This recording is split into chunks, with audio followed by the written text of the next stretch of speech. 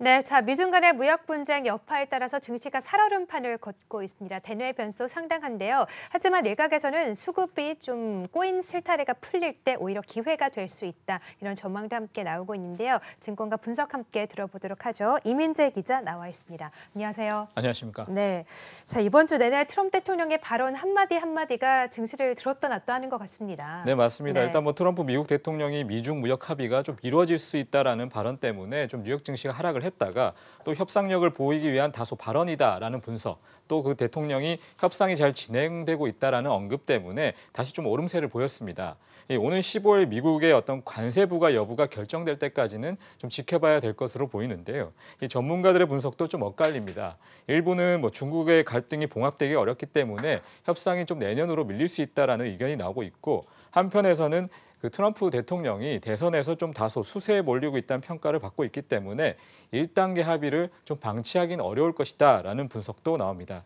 일단 국내 증시는 당분간은 좀 트럼프 대통령의 말로 인해서 좀 일희일비하는 장세가 이어질 것으로 보입니다. 네, 자, 이렇게 미중 간의 무역 협상 관련해서도 증권가 분석이 다소 엇갈리고 있는데 만약에 합의가 좀 연기가 된다면 어떤 영향이 있겠습니까? 일단 관세 부과 여파부터 좀 살펴봐야 될 것 같은데요. 네. 일단은 관세 대상인 상당 부분이 좀 핸드폰이나 어떤 컴퓨터 등 소비재로 그 소비자 체감 피해가 적지 않을 것으로 보입니다. 그렇기 때문에 좀 더 스몰 딜로 좀 의견이 많은데, 일단 대화 분위기가 끊이지 않을 것이라는 의견이 우세합니다. 이렇게 되면은 증시 낙폭은 좀 제한적일 것인데, 문제는 불협화음의 어떤 기간입니다. 연기가 된다면 대선까지는 이런 불확실성이 좀 이어질 것으로 보입니다. 네, 그렇군요. 자, 여기다가 최근 트럼프 대통령이 중국을 겨냥한 것뿐만 아니라 남미 그리고 프랑스까지도 무역 분쟁에 불을 지피고 있는데 다른 나라와의 무역 분쟁도 우려감으로 좀 작용이 되고 있죠. 네, 맞습니다. 네. 일단 그 자국의 어떤 지난 주말에 트럼프 대통령이 보면은 그 자국 통화를 좀 평가절하했다는 이유 때문에 브라질이나 아르헨티나, 철강, 알루미늄의 관세를 부과했는데, 이는 사실 그 미국 농민들을 위한 어떤 남미 농업공의 그 통화 절상 때문에 이뤄졌다는 분석이 좀 우세합니다. 네. 여기에 좀 트럼프 대통령이 실업률을 신경 쓰고 있다고 말했기 때문에 이 선거 주요 경합 지역인 러스트벨트와 좀 판벨트의 선거인단 확보에 들어간 것으로 보입니다. 이런 점에서 어떻게 보면 자동차 관세 가능성도 같이 부각이 되고 있는데요. 로스 상무장관도 자동차 관세를 여전히 배제하지 않고 있다고 말해서 여기에 좀 힘을 실어주고 있습니다. EU와 일본산 차량이 타깃이긴 하지만 국내 영향도 좀 무시할 수는 없을 것 같아 보이는데요.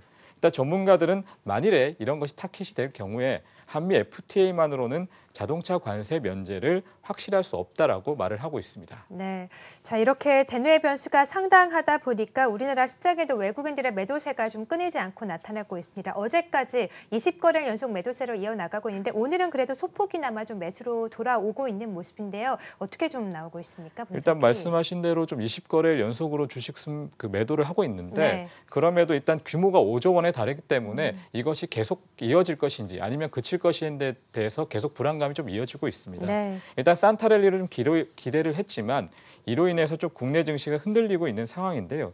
일단 미중 무역 협상이 일희일비를 하고 있기 때문에 어떤 수출에 기대는 비중이 높은 국내 경제 같은 경우에 타격을 입을 수 있다는 우려감이 커서 이런 좀 영향이 이어지지 않느냐, 이런 분석이 나오고 있습니다. 네, 자, 이런 무역 분쟁 이슈 이외에도 외국인들의 매도세를 자극하는 다른 요인들도 있죠.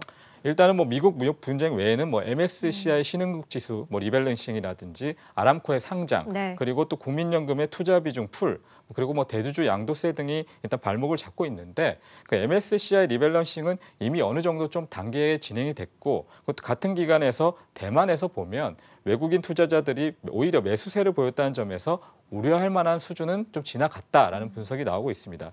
또 아람코 상장으로 인한 자금 유출은 상장되는 주식 비중이 아직은 높지 않은 점을 볼 때 MSCI 리밸런싱 자금 유출과 비교해서는 좀 규모가 작을 수 있다는 평가가 나옵니다. 또 국민연금의 국내 주식 투자 비중 풀과 또 대주주 양도세로 인한 매도는 주의는 해야 하지만 일부 매도가 나올 수 있는 종목에서 좀 한정해서 봐야 한다는 설명이 나오고 있습니다. 네. 자, 그러니까 그동안 우리 시장에 좀 수급 불안 요인으로 꼽혔던 요소들이 조금씩 마무리가 되어가고 있다. 이런 분석이 나오고 있는 건데 그러면 수급 불안 요인이 좀 해소가 됐을 때 오히려 투자 기회로 삼아봐도 될 것 같습니다. 어떻습니까? 네, 맞습니다. 네. 일단 뭐 미국 무역 분쟁은 뭐 관세 부과라든지 대선이라든지 일단 변곡점을 계속해서 좀 살펴야겠지만 네. 그래도 그 외 불안 요소 같은 경우에는 좀 기간 한정일 수밖에 없는데요. 그렇기 때문에 미중 무역 전쟁이 좀 완화되는 시기에 맞춰서 수급 안정이 나올 수 있다는 분석도 나오고 있습니다. 또 현재 진행 중인 그 외국인 투자자의 그 대규모 매도세 이후에는 오히려 외국인 투자자들의 공매도 상환을 위한 주식 매수, 즉 숏커버링이 나올 수 있기 때문에 이런 부분도 좀 살펴봐야 된다는 의견이 있고요. 또 연말에 어떤 불안한 장세 이후에 적절한 투자 시점을 찾는 게 어떻게 보면 기회가 될 수 있다는 분석도 함께 나오고 있습니다. 네, 그렇군요. 자, 연말 장세 수급이 최대 이슈가 되고 있는데요. 코인 수급이 풀린다면 어떤 전략이 유효한지 함께 들어봤고요. 이민재 기자와 함께했습니다. 고맙습니다.